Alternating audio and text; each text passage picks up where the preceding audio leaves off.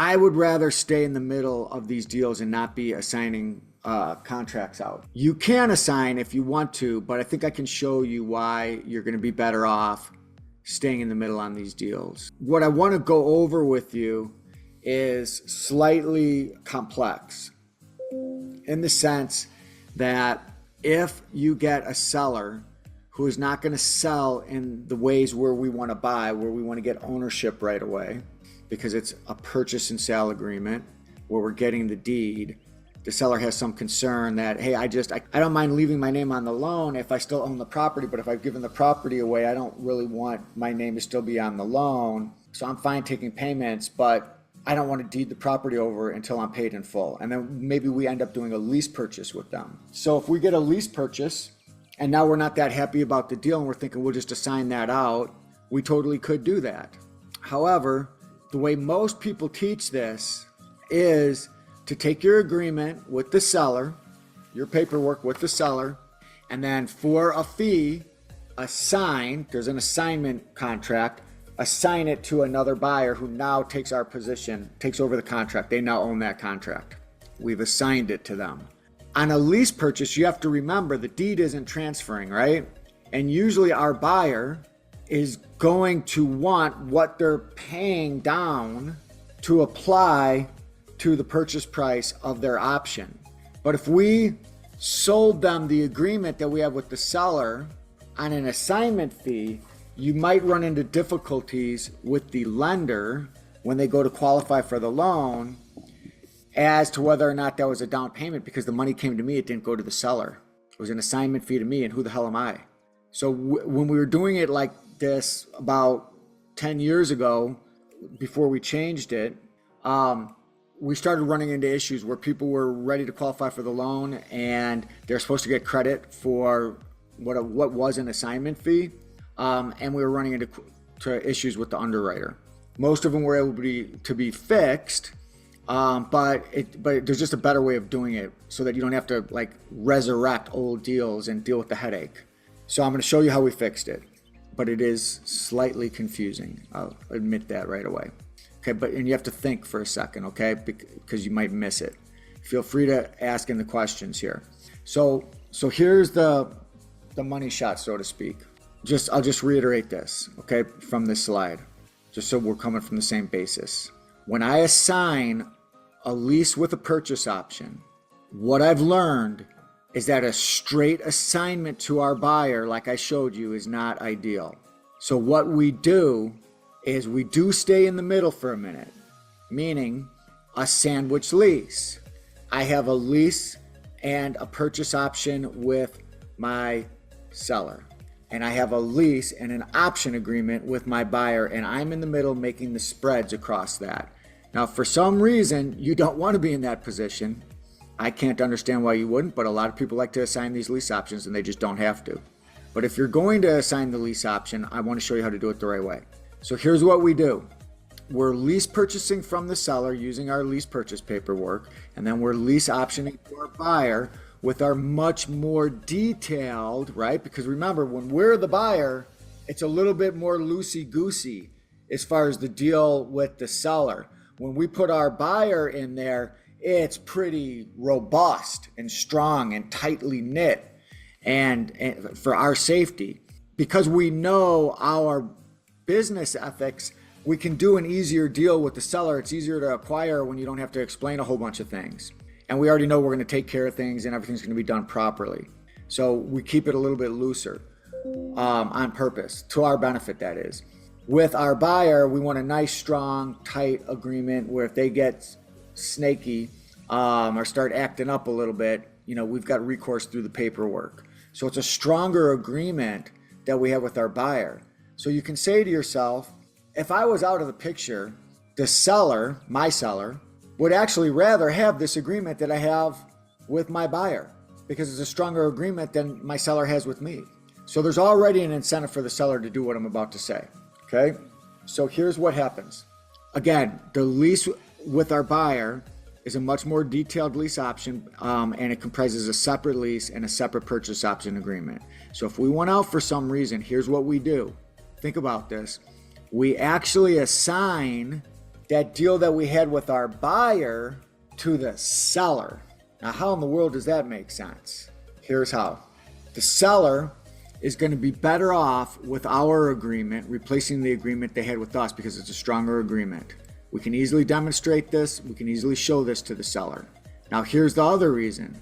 If we exit by assignment, meaning if we were to do it the old way, take the agreement we have with the seller and simply just assign it over to our buyer for cash, collect a fee, we found that it's unlikely that the bank is going to actually give credit automatically to that buyer for that assignment fee as a down payment to be applied to the purchase price of the house, making it much harder for them to actually qualify for the loan and meet the need to exercise their option within a certain time frame. So it places our buyer at jeopardy, and to a certain extent it places the seller at jeopardy because they kind of wanted the house to close. So why would that happen? And I mentioned it earlier. It's because somebody who's not an owner of the house, never was an owner of the house, is actually getting the money and it's not going to the seller. So it's hard it takes a little work to convince the underwriter for the buyer's lender that should be applied as a down payment on the house. It can be done, but it's a pain in the neck, and you just get tired of dealing with it being a pain in the neck. Okay, so here's what happens. Instead, here's the math. Instead, the buyer's agreement is going to have a price that is high. So instead of assigning it to them at the price that we had with our seller, right? Because if you're just assigning the agreement, we're not changing the terms. So we're going to make an agreement with our buyer that is going to be dialed up price-wise by the amount of whatever that assignment fee would have been. If I have an agreement with the seller that I was going to assign to my buyer for 10 grand, and that agreement with the seller was 300, now my agreement with my buyer is going to be 310 if we're going to collect a $10,000 assignment fee. Okay, so now let me show you how this plays out. So if it's $310,000, the buyer agreement now, when that $10,000 is collected, it can be shown to have been given to the seller, I'll show you why, who then simultaneously pays it to us as an assignment fee for the deal they now have with the buyer. So in other words, I had this deal for $300 with the seller. I didn't assign the deal. For a second, I created a sandwich lease. I've got a lease and an option with the seller, and now I'm getting a new lease and a new option with the buyer, but at a slightly higher price. That slightly higher price is the amount of the assignment fee. Okay, so what I'm going to now do is go back to the seller and say, hey, look at this over here. It's better than what I was giving you, and it's a better agreement. So everything's going to stay the same. You notice that the price is higher than what ours is. So in order for me to give you this better agreement, keeping all the terms, all the money the same, you're gonna buy this agreement from me for that overage. That's going to be an assignment fee from you to me. And the reason that I'm doing that is to help both parties. One, the house will sell easier because you won't have a problem with the lender because you're selling it directly to that buyer. And I'm not in there because I'm not on the chain of title because you're too much of a chicken to give me the deed and trust that I'm going to pay you. That's why I have to get out of it, right? But this person is putting a significant amount down. They're going to be responsible for maintenance repairs. You got a much stronger lease that we gave you in here. You'll get all the benefits of that, and when they go to buy, it'll be a lot less complicated if they go to buy in the next year or two. Okay, so you're going to be able to show that both you and the buyer are going to be able to show the bank, if needed, that the seller did receive a down payment, because you did. It went to you and then it went to me. Okay, so the money went to you and then it went to me. So you received a down payment and it was applied to the price, and then the whole thing evens out. Do y'all see this? I'm hoping you do. If you don't, somebody message me and maybe I can draw it out. I used to draw it out on a board, but I've done it so many times I just tried to explain it instead this time. But that's the way that would work, okay? Now, what are some examples of where I might go back on what I said about assigning? Because I'm not really into assigning. I like to be involved. It's hard enough to get these deals. Why do I just want to assign it away, particularly if there's a relationship that's going to ensue between the parties that effectively have come together and I exited the scene, stage left, Heavens to Murgatroyd style, Snagglepuss style. But there are times where I can accept that why people would do it, even though I still probably wouldn't. Let me give you some examples. We just don't want to play around with, maybe you don't want to play around with a lease purchase.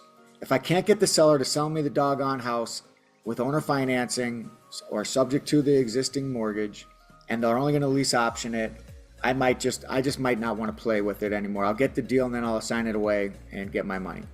What about on a deal where there's little or negative equity? What do I mean by that? Let's say you bought a house in Austin, Texas, in early 2022 at the peak of the market in Austin, Texas, and now the house has gone down 15 to 20%, but they only put 5% down. Not only do they have negative equity, they can't barely sell it. They can't sell it. There's not enough to pay a realtor. They're looking at, I got to keep making these payments or do a short sale. I'm not trying to do any of that, but I also got to move. What am I going to do? So I can come in because the bank loan is probably not that bad of an interest rate. I can come in and get an agreement to buy that house, but it's like I've got negative equity, so I'm not that excited about it. So I'm buying the house maybe for, well, let's just use the example I have here. House is worth 300, seller owes 285. I am picking up equity, right? This wouldn't be one I would normally assign. It could be worse than this, right? The seller could owe 315, 325, and the house is only worth 300. But I would still do the deal if it cash flowed and I got it sub 2, especially if the payment is 1,800 and you got 28 years left on the loan. But I might just be very little cash flow. So I just might want to just assign it and walk away. The seller wants out. They just can't live with deeding the house out of their name while the loan stays in their name. And at the same time, the seller realizes there's no money that they can get out of it after the costs of a sale. So here's what we might do. We'll buy for what the seller owes. We'll pay that debt off over time. Now, if the seller won't let us do that because of the things that I just mentioned, where they're concerned about that debt not being paid off and their name being on it, and then they're still giving up the deed to the house they bought, we might have to use a lease with an option to buy. Now, we wouldn't be doing this in Texas, so I shouldn't use the Austin, Texas as an example. There's other markets, like let's take Boise, Idaho. Okay, so here's what we would do here. The price on the home is the loan balance, not today's loan balance. The price is the loan balance at the time that we exercise our option. Now think about that for a minute. I couldn't buy it sub 2. If I bought it sub 2, the price would be what the loan balance is today, 285. But where would it be 2 years from now? That 285 would be paid down. But if I can't own the house and the loan balance today is 285, I want the benefit of the debt pay down during the time that I'm controlling the house.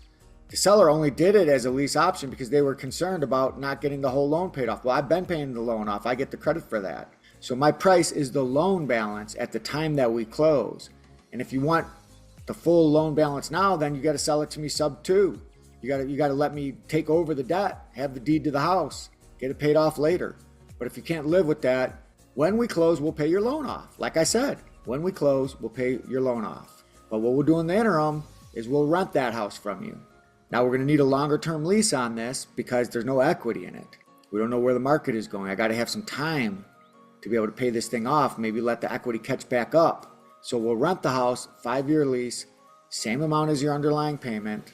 And then it needs to be understood that I'm not living in the house. I'm going to be putting one of my prospective buyers in the house, helping them get qualified for a loan.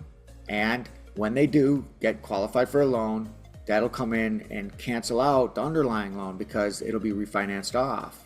Now, what we might do is we might say that our payments to that seller are going to begin as soon as we get our buyer so that we're not coming out of pocket. Realtors don't come out of pocket for you. You still make payments while they're trying to sell it. So my payment to you is going to begin no later than 90 days so that I have time to find the right buyer for this that is going to get to the finish line in the end. Okay, so here's what we might do. Here's how we might profit on assigning this deal. So if we sell it as a lease with an option to buy at $315,000, and that lease is for 2 years, and let's say the rent is also the total payment of the seller, which is $1,800. What we might do is assign this agreement with our buyer, because now I've made this agreement with my buyer, right? It's at 315. We assign this agreement with our buyer to our seller. It's all happening simultaneously. We get a termination and a release from our earlier lease with option with the seller. That goes away.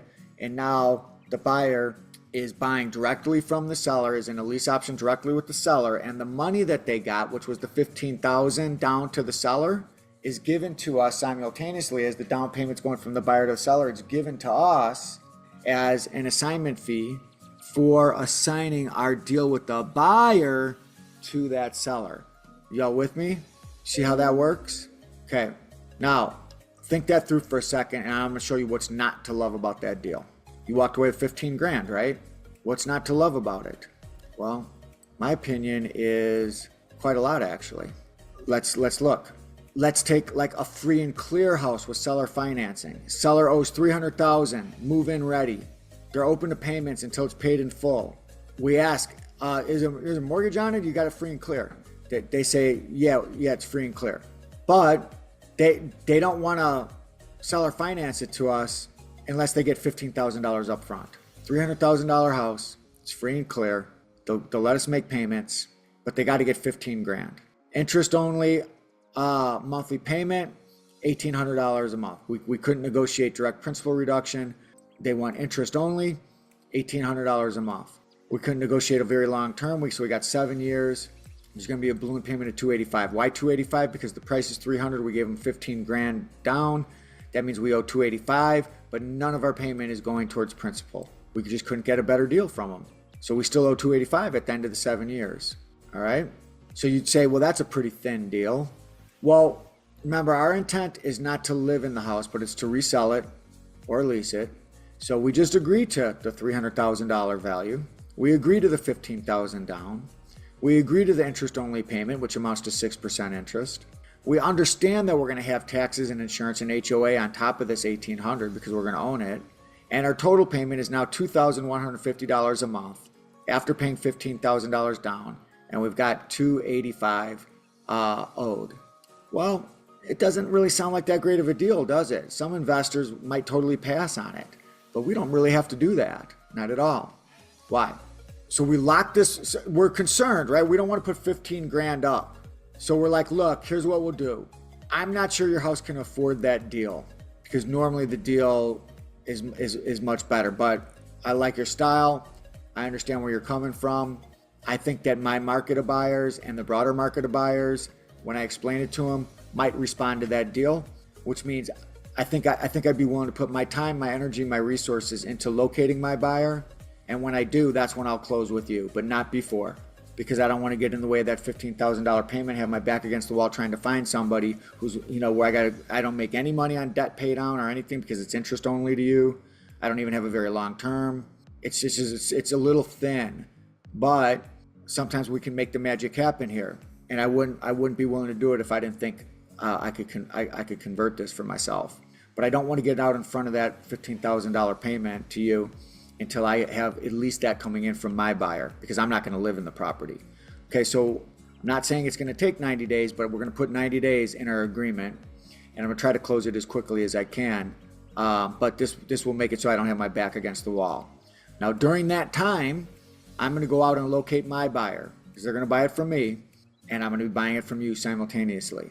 Okay, so folks, I'm locating my buyer, and I'm going to sell it. I could sell it with owner financing, or I could even lease option the property. And because we're providing terms, we're providing financing, we're providing time, we're providing optionality, we can dial the price up to say $329 from the $300 that we have with our seller. So we could go out, potentially get a really large down payment on this $329,000 deal. Let's say we get $44,000 down. That's not that much down, really, on a $329,000 house. Like an investor would have to put 20% down, right? 66,000. So we go get 44, and we're making $2,500 a month payments. That's principal, interest, taxes, insurance, HOA. I'm sorry, we're not making that. We're making that the amount that the buyer has to pay us. So where does that leave us? Our buyer owes us what? 285 if we give them 5 years. So how does this work out? So you guys got to think about, would you stay in that deal or would you get out? So here's the decision. If you simultaneously close both deals, or to sign the deal and let the buyer close directly with the seller, either way, we would get 29,000, right? Because we got out of this 44, we got to give 15 to the seller, right? So that means we make 29 no matter what. But if we stay in it, we've got 2,500 coming in from our buyer, 2,150 going out to our seller. So we're making 350 a month if we stay in. And we also have additional paydays down the line. What if this guy doesn't take 5 years? What if they're ready in 2 or 3 and we can go back to that seller and say, hey, you know that 285 I owe you on that free and clear house? What if I could give you 250 next month? Whatever you can get. I mean, there's more paydays, right? What if this person, they have a life change and in 3 years they move out? We could go get yet another down payment. Maybe not that big, but we could go get another down payment. Why do I want to give up the property that I worked so hard to acquire so quickly when I'm going to get 29 grand either way? Why would I assign this deal? Let's look at it even more closely. So think of it like this. The juicy terms that our seller wants, I'm extremely transparent, which is a weird expression. Invisible, right? No, meaning I'm very clear. I tell it like it is to the seller. Look, your terms are top of the market, tippity top.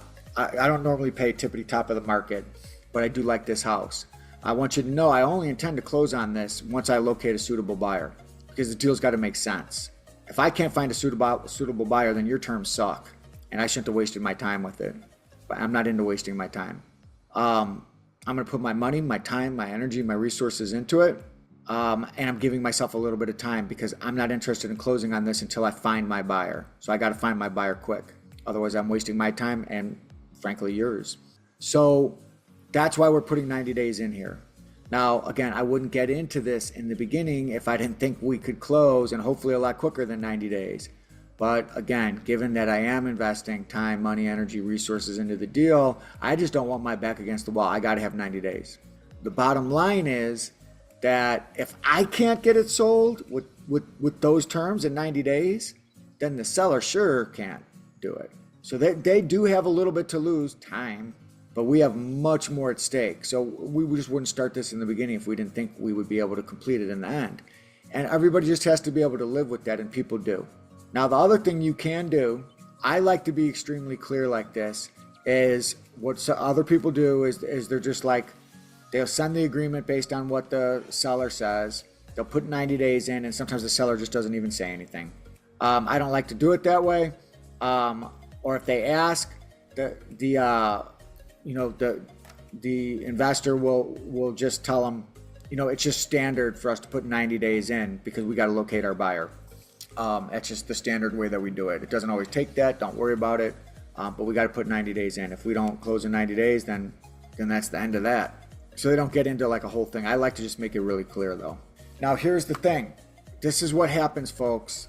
So listen to this, okay? Because this is an extremely important point. I made it at the beginning, but I don't know if it registered. This is an extremely important point, and one of the reasons why we will go out and give this verbiage and go get deals. This was a good deal that I showed you, but deals that really aren't ideal, because we know we have a flexible, malleable seller who wants to work with us. They like us. So we go out and we start marketing the property, and we learn after a little while how the market is responding, and then all of a sudden somebody comes, but they come at us with something different, something that doesn't fit. It's a square peg in a round hole. It's a lot more money in some ways in a shorter amount of time, but they're not bringing enough down payment. Or it's much more down, but they need more time and a lower price, something like that, right? Or, everything fits, but they can't afford that monthly payment at that level.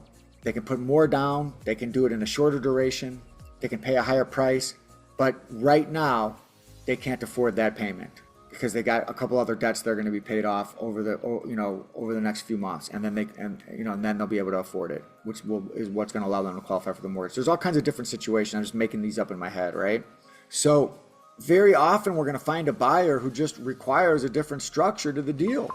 So all we do is just what I said at the beginning of our call. We just go back to that seller and talk to them about the benefits of the deal that the market gave us compared to the deal that we originally structured, and see if they're down to get down with that. And then renegotiate the terms with the seller to make it fit where we're still profiting. We've got a bird in the hand. Here's the benefits to you. We have to change this deal in this way so that I can allow this to happen. But you have veto power. But we're running up on the clock. And I'd like to close with this guy if you would, because it's better for you in all these ways that I'm showing you. And we learn if they're willing to do that. Most of the time they are, unless it's just something totally unreasonable. So we should always set ourselves up. I want you to really hear me on this. Always set yourself up with the idea that you're going to be staying in the deal. If you're a realtor, it doesn't matter as much. If you're not a realtor, you can't be brokering real estate, right? So you shouldn't be going into deals with the idea that you're just going to link a buyer up directly with the seller. The idea, now you can link a seller up with you and then a buyer up with you, and you're in the middle. That's what an investor is. That's, perfectly legal everywhere. So have the intention of staying in the middle. However, if needed, you might link your buyer up directly with your seller. Now think about that deal that I shared with you. What if you had got that deal with the seller at direct principal reduction, where it wasn't the 6% interest, it's 0% interest? Would you stay in then?